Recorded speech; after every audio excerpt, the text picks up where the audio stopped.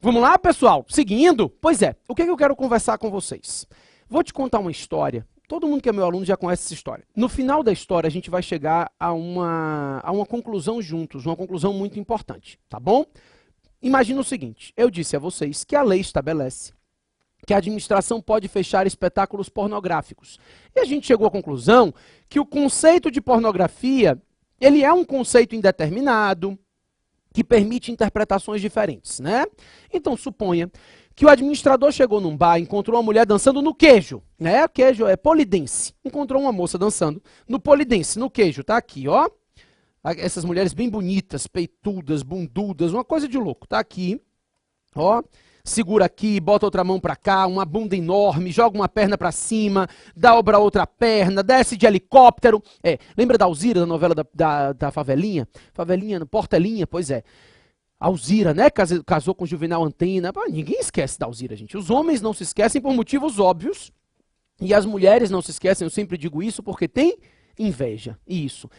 Fiquem tranquilas. Se eu fosse mulher e visse a Alzira daquele jeito, o único sentimento que eu ia conseguir nutrir por ela seria inveja também. Eu respeito, eu entendo, porque inveja é assim, inerente ao ser humano, não tem jeito não. Ó, inveja é ruim. Não me venha com inveja boa, que inveja boa não existe. Você tá andando na rua, vê aquela mulher com uma bunda linda, você quer ter uma igual a dela? Não, você quer que ela caia, né? Exatamente. Eu, Matheus, tenho dificuldade de dormir.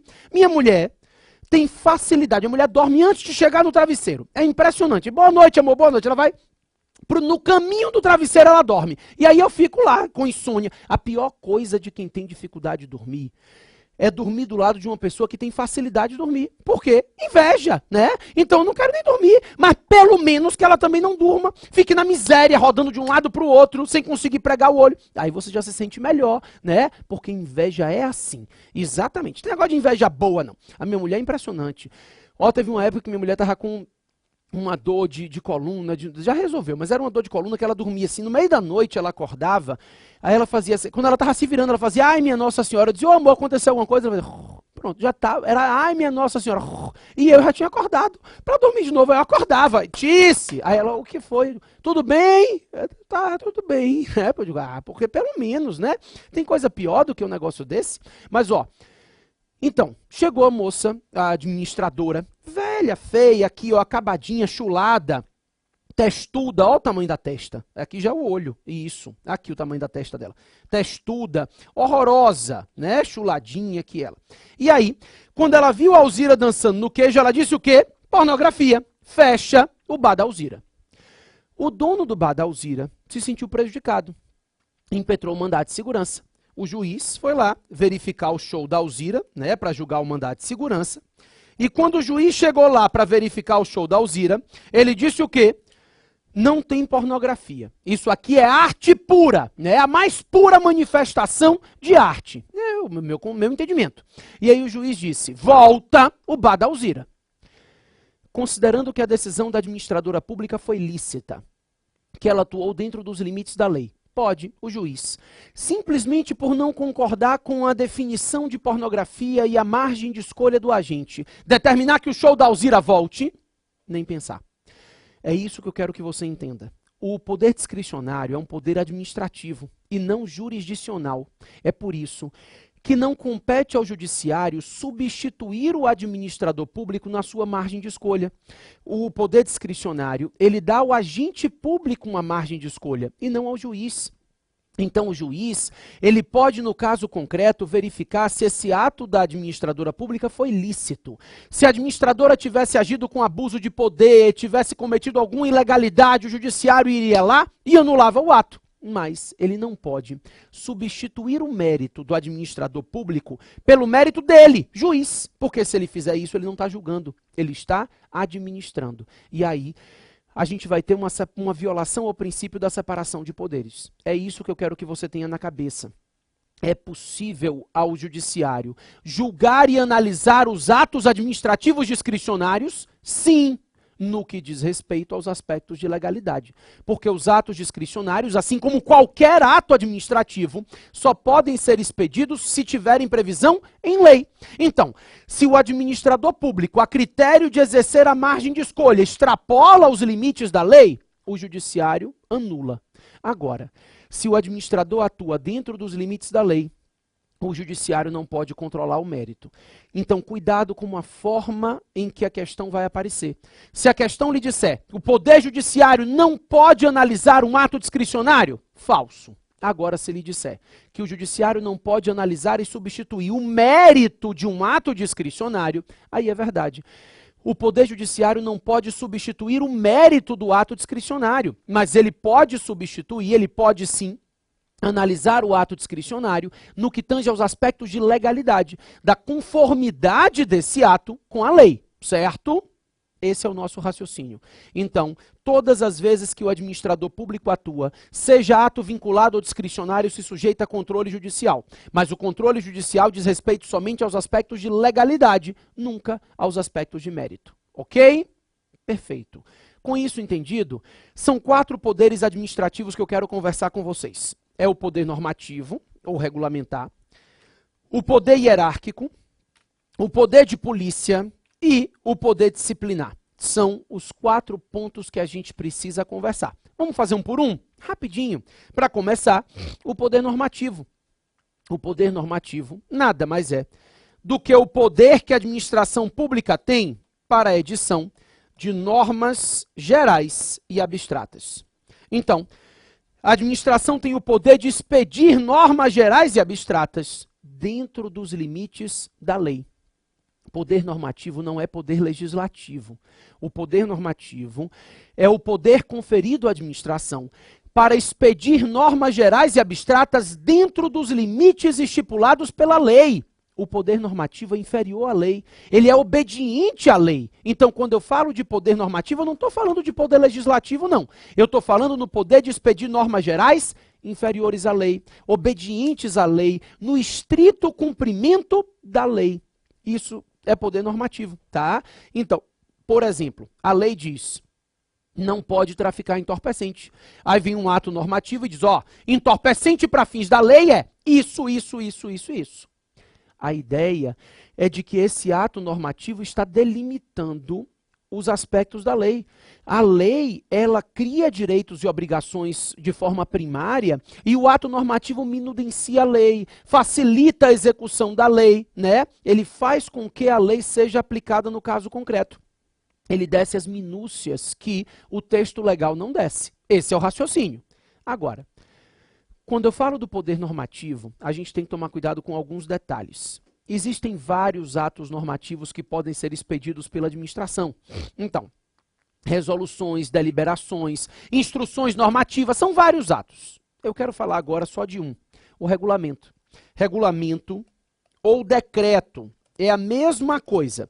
É porque assim, o regulamento é o ato e o decreto é a forma do regulamento. Então, o regulamento pode ser expedido por meio de um decreto. O decreto é a forma do regulamento.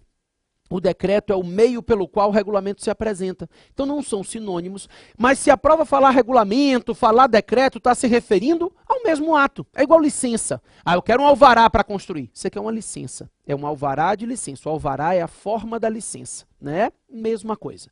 Então o decreto ou regulamento, ele é ato privativo do chefe do Poder Executivo. Só quem pode expedir um regulamento ou um decreto é o chefe do Executivo. Então, presidente da República, governador, prefeito, somente o chefe do Executivo tem competência para editar regulamentos. Outras autoridades públicas podem expedir outros atos. Regulamento não. O regulamento é ato privativo do chefe do Poder Executivo. Tá? Então, somente o chefe do Executivo tem competência para expedir regulamentos. O que acontece? Quando eu falo de regulamentos, isso nos remete à expressão poder regulamentar. A gente tem que tomar cuidado com a expressão poder regulamentar. Por quê? A doutrina tradicional, a doutrina mais antiga, ela trata de poder regulamentar como sinônimo de poder normativo. Isso. Então ela diz assim, os poderes administrativos são regulamentar, hierárquico, disciplinar. Se a prova trouxer esse conceito de poder regulamentar como sinônimo de poder normativo, você pode marcar. Agora, a tendência é que a prova estabeleça para vocês que o poder regulamentar é o poder que a administração pública tem para expedir regulamentos, né? E o regulamento, ele é nada mais, nada menos do que uma das espécies de ato normativo. Então, quando eu falo do poder regulamentar, eu estou falando de um poder de expedir regulamentos. O poder regulamentar é uma espécie do poder normativo. O poder normativo é o gênero. No poder normativo se tratam de todos os atos normativos praticados pela administração. E o poder regulamentar é uma espécie, é o poder de expedir regulamentos. O poder regulamentar, efetivamente falando, né, ou a expedição de regulamentos, é ato privativo do chefe do executivo. Somente o chefe do executivo tem o poder de expedir regulamentos. Esse é o nosso raciocínio. E aí, quando eu chego na discussão acerca de regulamentos, eu chego num probleminha. Seguinte, eu vou aprofundar só o suficiente para a sua prova, tá? Os regulamentos, dentro do direito comparado, dentro do direito internacional, se dividem em dois grupos. Os regulamentos podem ser regulamentos executivos ou os regulamentos podem ser regulamentos autônomos. Basicamente isso. O regulamento executivo ninguém discute. É aquele regulamento que é expedido para fiel execução da lei. É tudo que a gente viu até agora, né? Tudo que a gente vinha trabalhando até agora eram justamente regulamentos executivos. Regulamentos expedidos para facilitar o texto da lei, minudenciar o texto da lei, né? Então, a lei estabelece uma norma, o regulamento facilita ela. A lei diz assim, lei penal, o médico ele tem que notificar, ele tem que informar, senão ele está cometendo um crime. Se ele não informar ao órgão competente, a assistência acerca de doença de notificação compulsória. Aí vem um ato normativo e diz, ó, doenças de notificação compulsória são essas aqui. Ou seja, o regulamento ele está facilitando, ele está minudenciando a aplicação do texto legal. Isso é a regra, né? Regulamento executivo para fiel execução da lei, para facilitar a execução do texto de lei. Perfeito. O problema é a outra espécie. Dentro do direito comparado, se estabelece a existência também dos regulamentos autônomos. E aqui, o regulamento autônomo é aquele que é expedido para substituir a lei. Exatamente. Quando eu falo de um regulamento autônomo, eu estou tratando de um regulamento, o nome já diz, ele é autônomo, ele não depende de lei. Ele é um regulamento substituto da lei. São situações em que deveria ser expedida uma lei, e como não foi expedida uma lei, se expede um regulamento. O regulamento é expedido para substituir, para suprir a ausência do texto legal. E eu te pergunto, pelo pouco que a gente aprendeu até agora, seria possível no Brasil um regulamento para substituir a lei? Claro que não. A gente sabe que no Brasil, ninguém é obrigado a fazer ou deixar de fazer nada, senão em virtude de lei. E eu não posso substituir a lei por um regulamento criando direitos e obrigações. A princípio, isso não seria admitido, né? No entanto, a gente tem uma discussão por quê? Por meio de uma emenda constitucional, foi alterada a Constituição e hoje a redação do artigo 84, inciso 6 da Constituição traz o que falar, tá? Anote aí, artigo 84, inciso 6. E olhe para mim, que ele não vai sair de lá, não precisa copiar. O artigo 84, 6 diz o seguinte: o presidente da República pode, por meio de decreto ou regulamento, tanto faz, pode, por meio de decreto, fazer a extinção de cargos públicos, desde que seja a extinção de um cargo público vago, e também pode tratar da matéria de organização administrativa, desde que não gere despesa, desde que não crie nem extinga órgãos. Repito, o artigo 84, 6º define que o presidente da República pode extinguir cargo público vago e pode tratar da matéria de organização administrativa, desde que não gere despesa, não crie nem extinga órgãos. A doutrina começou a olhar para isso e dizer, para tudo. Os cargos públicos são criados por lei. Pelo princípio da simetria, se alguma coisa é criada por lei, só pode ser extinta por lei. Quando eu permito a extinção de um cargo público, ainda que vago, por meio de decreto, esse decreto está substituindo a lei, nenhuma discussão. Então, esse decreto está sendo expedido para substituir o texto legal. E como a gente combinou, que no Brasil ninguém é obrigado a fazer ou deixar de fazer nada senão em virtude de lei, esse decreto seria um decreto autônomo com autorização constitucional.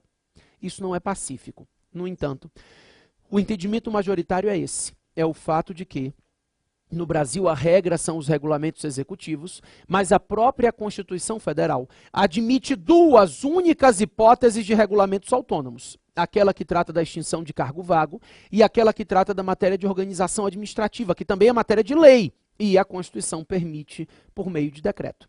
Nesses dois casos, nós teríamos dois únicos decretos autônomos ou regulamentos autônomos admitidos no direito brasileiro. Certo?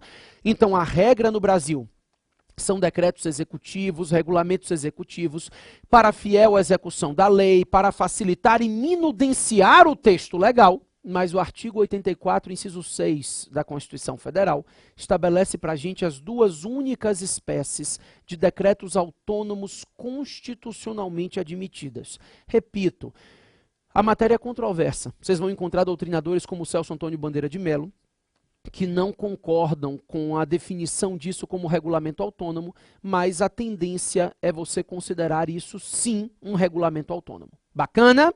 Vamos embora. Pessoal, daí a gente segue para tratar do segundo poder, o poder hierárquico. Além do poder normativo, a gente pode tratar também de, aqui, o poder regulamentar, o normativo a gente viu, regulamentos executivos e autônomos, 84, inciso 6.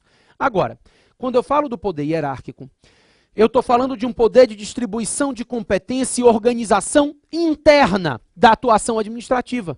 O poder hierárquico, pessoal, ele se classifica, ele se qualifica como um poder interno. Toda vez que você pensar na hierarquia, toda vez que você pensar na manifestação do poder hierárquico, você vai pensar em um poder interno. É um poder de organização, de estruturação interna da atividade pública. A hierarquia não pode se manifestar entre pessoas jurídicas diferentes. Não existe hierarquia externa. Estou te falando isso porque todas as vezes que você vislumbra uma situação de controle, você pensa que esse controle é hierárquico. E isso não é verdade. Por exemplo, na próxima aula a gente vai ver que existe controle exercido entre as entidades da administração direta e indireta. Então a União controla as suas autarquias. E esse controle não é um controle hierárquico. Esse controle é um controle que decorre de uma vinculação, de uma tutela. Então a gente não pode confundir hierarquia com vinculação. A gente vai falar disso melhor na próxima aula, aliás. Eu vou te cobrar isso na próxima aula, né? Eu faço uma pergunta e você normalmente erra. Por quê? Porque você não ouve metade do que eu falo. Isso. Atenção, atenção, né? Memória de peixe. Minha avó que dizia assim, memória de peixe.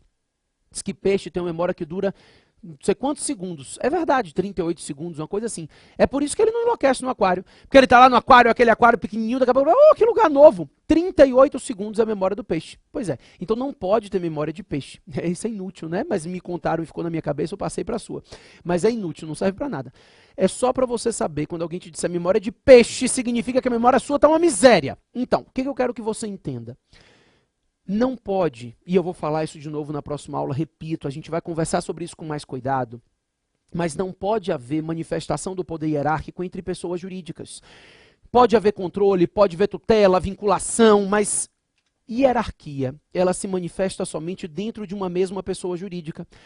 Entre órgãos e agentes de uma mesma pessoa jurídica, a gente trata dessa manifestação do poder hierárquico, escalonando atividades, distribuindo competência. Isso é o poder hierárquico. É esse poder de distribuir competência, escalonar atividades. A hierarquia, ela justifica a possibilidade de delegação e avocação de competência, né? Ela justifica a possibilidade de um agente público anular o ato praticado por um agente subordinado. Tudo isso decorre da hierarquia. A delegação e a avocação, a gente também conversa com cuidado quando a gente vai tratar de atos. Mas, de antemão, eu posso lhe dizer que delegar competência é estender a sua competência para um outro agente. E avocar competência é tomar para si a competência de um outro agente. Todos temporários, né? Tanto a delegação quanto a avocação são temporários. Você pode estender competência temporariamente para um outro agente. Então, o agente que não tinha competência originária passa a ser competente temporariamente enquanto durar a delegação. E você pode tomar para si temporariamente a competência de um outro agente. Tudo isso decorre da manifestação do poder hierárquico. É o poder hierárquico que justifica essa possibilidade de delegação, essa possibilidade de avocação de competência em decorrência da hierarquia. A administração pública, ela pode anular atos praticados por agentes subordinados. A administração permite essa delegação e avocação. Por quê? É uma distribuição interna de competência.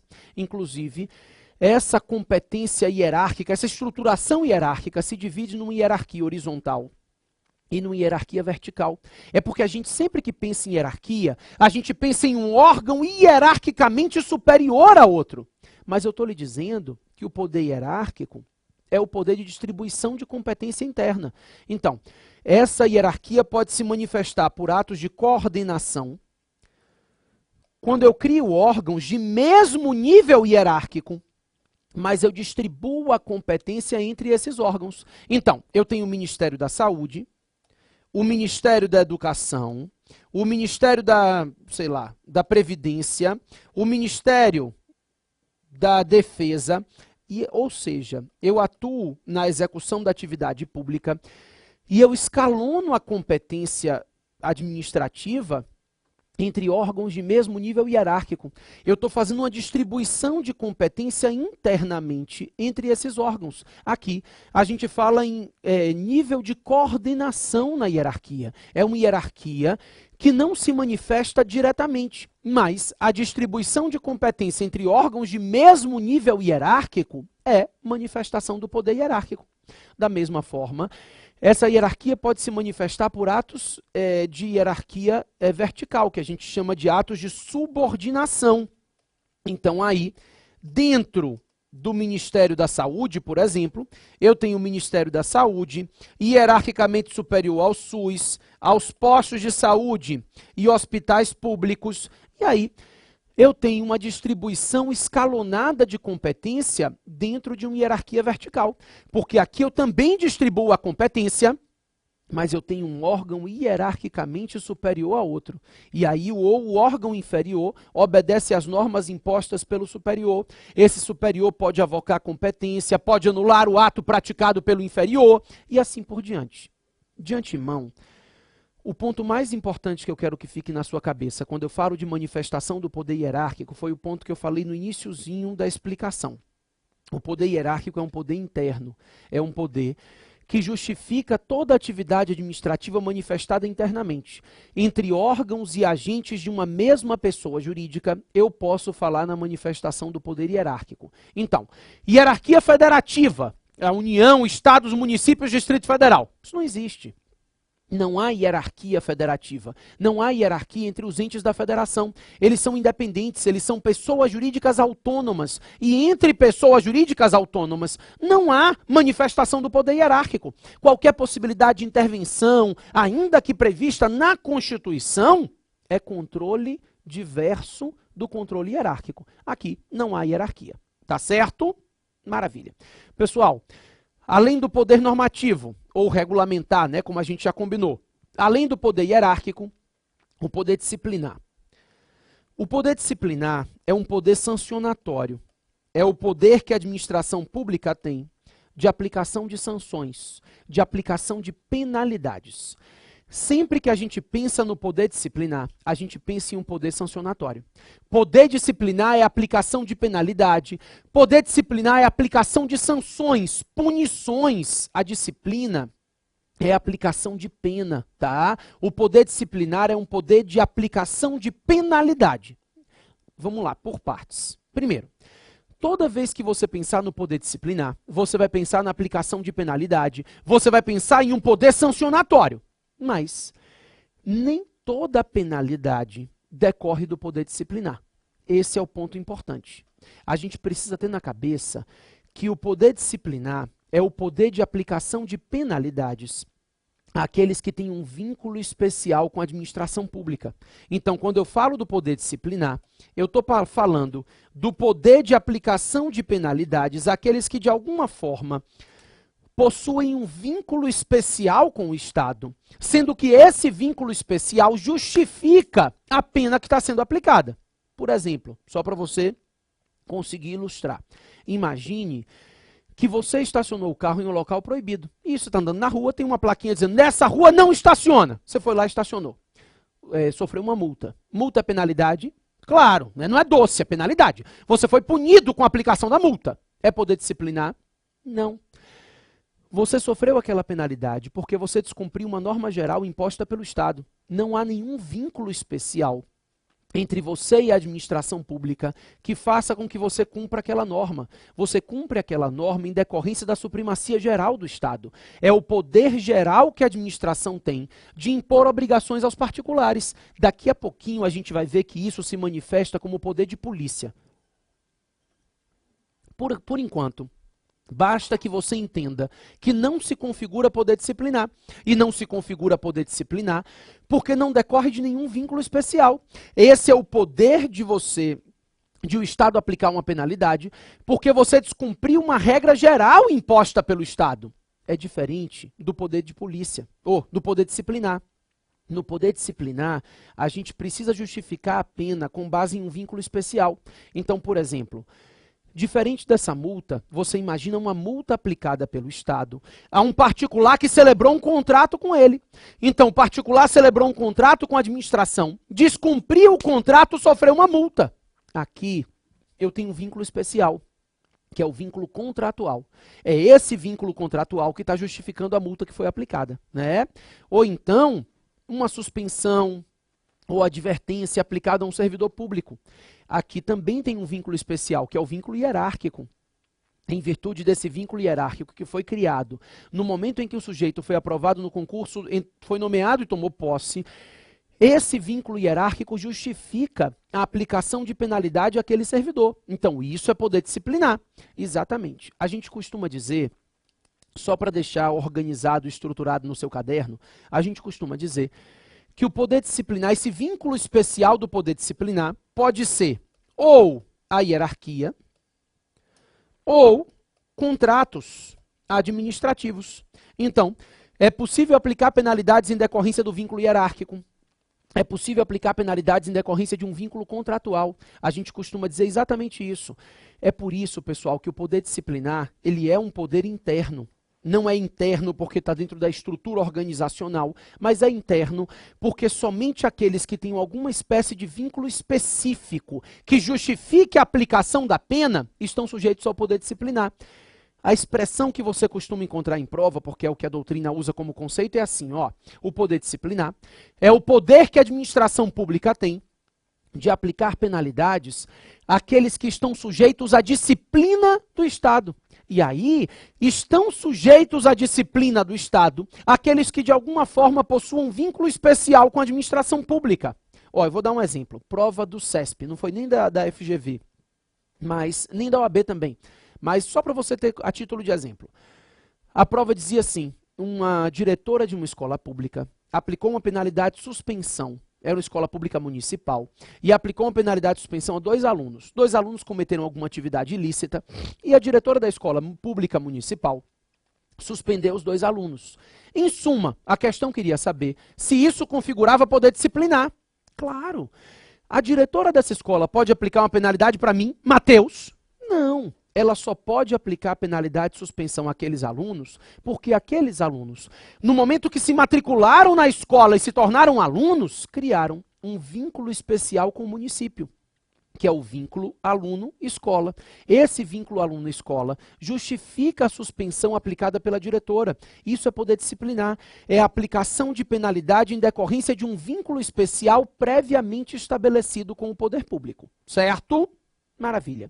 Como se trata de aplicação de penalidade, de sanção, isso obviamente restringe a esfera jurídica do particular e, por isso, a manifestação do poder disciplinar deve ser sempre precedida de um devido processo legal, artigo 5º 54 da Constituição, claro, considerando-se esse devido processo legal um processo administrativo regular, no qual seja respeitado o contraditório e a ampla defesa. Existem situações em que a defesa pode ser postergada, né, diferida, mas tem que haver esse devido processo legal, respeitando-se o contraditório e a ampla defesa ao particular sancionado. Bacana? Maravilha. Além do poder normativo, do poder hierárquico e do poder disciplinar, o poder que costuma mais cair em prova E coincidentemente o que vocês menos simpatizam, né, é o poder de polícia. E esse a gente conversa daqui a 5 minutinhos. Não sai daí não.